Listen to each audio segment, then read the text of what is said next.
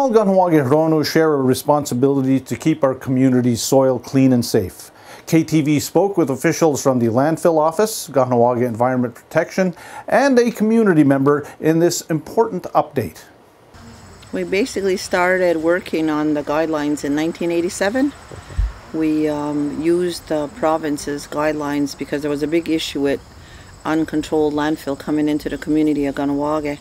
And in June of 1987, the people of Kahnawake finally took a stand and said, that's enough.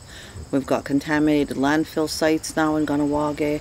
There's no controls. We don't know what's going to go into our drinking water. So people really had a lot of health concerns. So that's when we began taking steps. We were a volunteer group.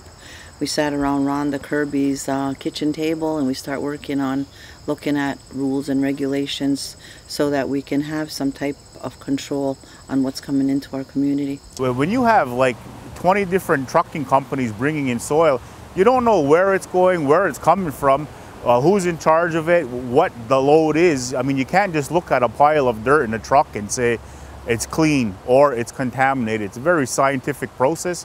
So right now, a decision was made by administration and supported by Chief and Council to downscale it to where it's basically residential needs right now. When somebody's building a new home, you need a load or 2 or 3 or 4 or 5. You get in touch with the landfill coordinator, which is Teresa DeLille, and you know, she'll make the arrangements and work with you.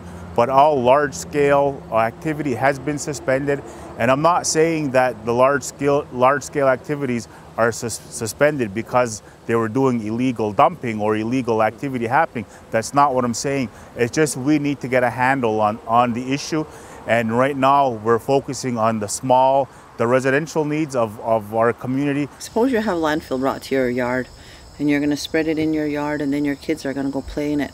If it contains lead and all kind of heavy metals and maybe oils and hydrocarbons, do you want your children exposed to that?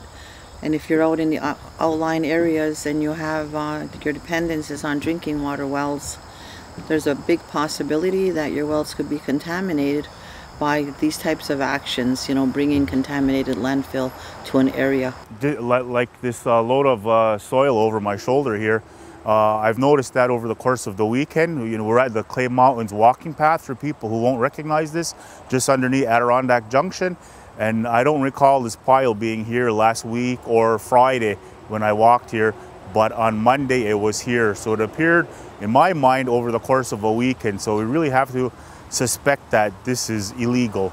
Maybe it isn't, maybe it's just an accident or miscommunication. We don't know, but we have to assume the worst. We've taken a lot of measures, a lot of controls, but the people of Kahnawake have to embrace these policies and procedures as their protection.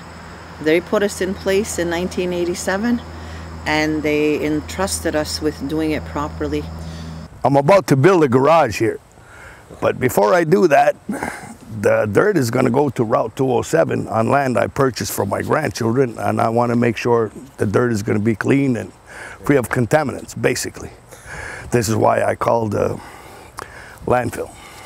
You can call our office. You can go through the MCK 632-7500 and ask for extension 2366, and you can ask for myself, Teresa, or Bruce McCumber at 2348. And we're here Monday to Friday. Bruce is here at 8 a.m. and we're here till 4 o'clock. If you want to email us, teresa.delille@mck.ca. We could make available to you all the documentation that we have, the clean soil policy and procedures. We can supply you with best management practices around waterways.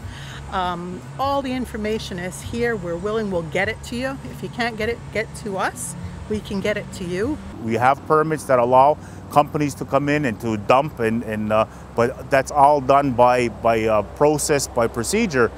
So if they have all the documentations, that's fine. But when something happens, you know, at night, be suspicious of it. Call the peacekeepers.